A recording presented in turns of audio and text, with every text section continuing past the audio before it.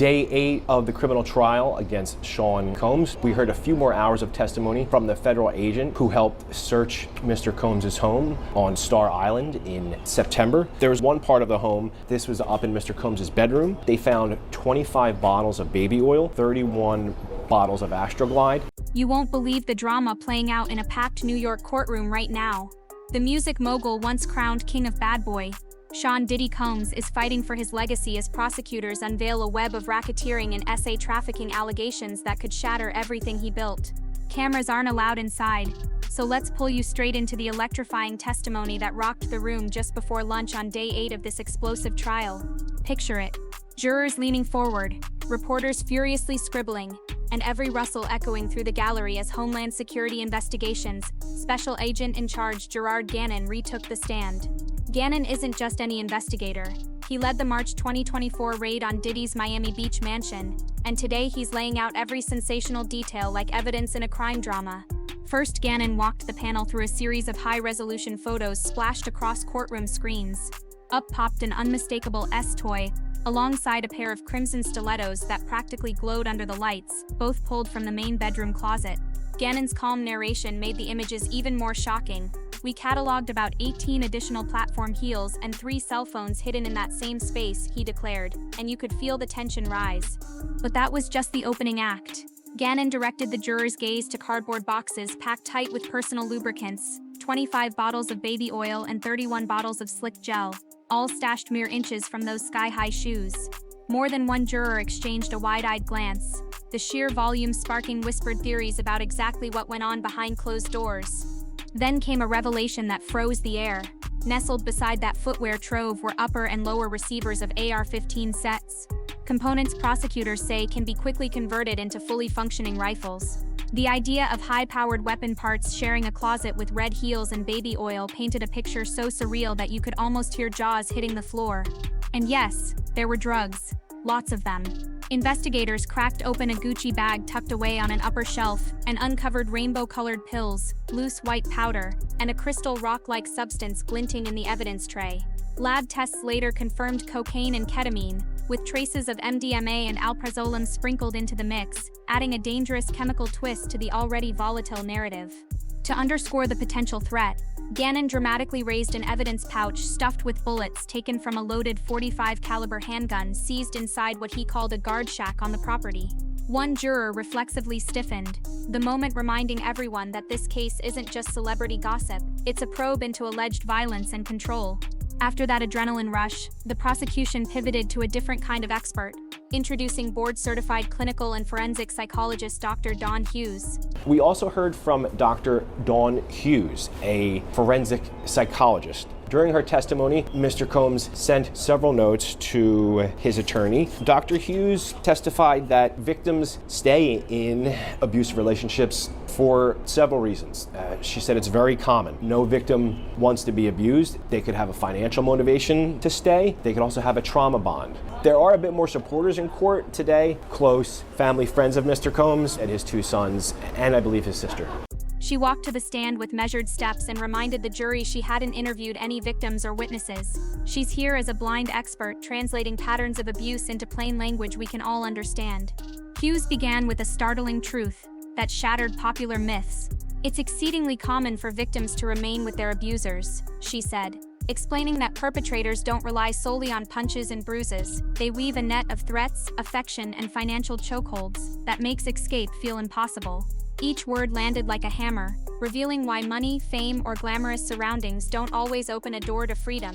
The psychologist stressed that abuse is a very private harm, smothering survivors in shame so thick they often suffer in silence.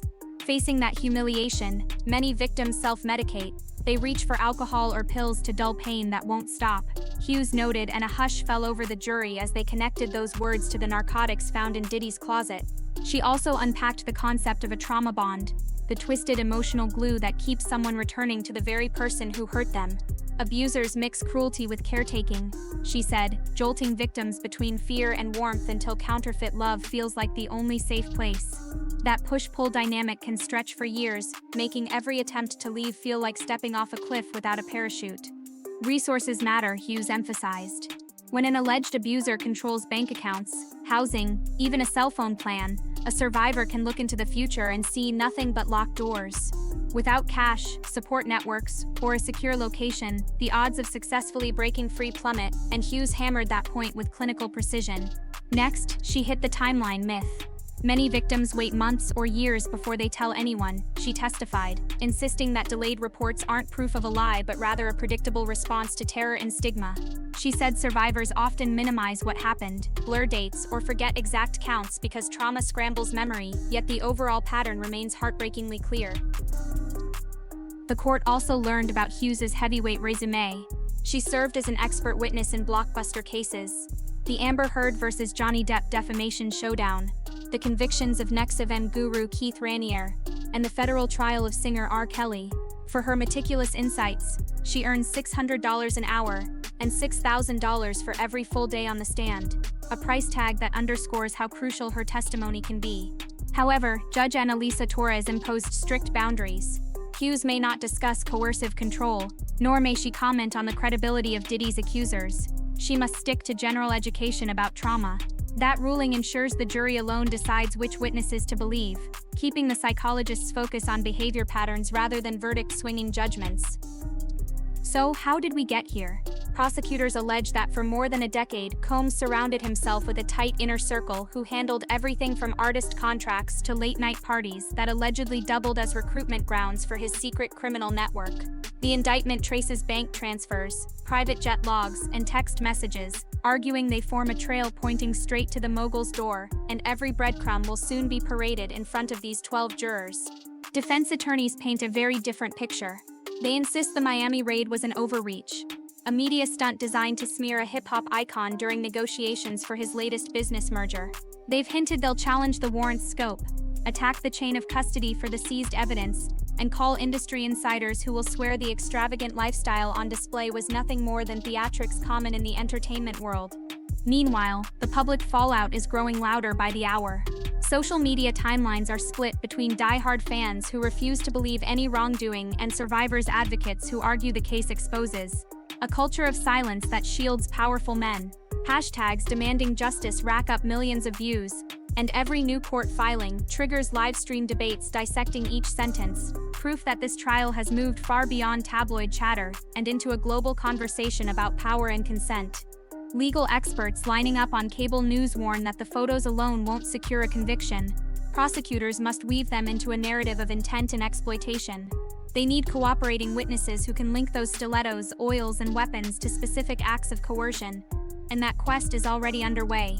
Subpoenaed insiders are rumored to include former bodyguards, house managers, and even A-list friends who visited the mansion during those late-night parties.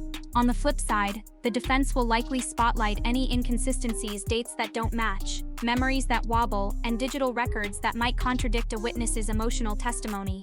Expect blistering cross-examinations aimed at casting doubt on every diagram, lab report, and text thread, because if just one juror decides the story doesn't add up, Combs could walk away a free man. All of this raises one burning question. Will the jury see a superstar unfairly targeted by sensational headlines, or a mastermind who weaponized money, fame, and fear? That answer will hinge on the credibility wars, set to ignite in the coming days, and the suspense is already at fever pitch.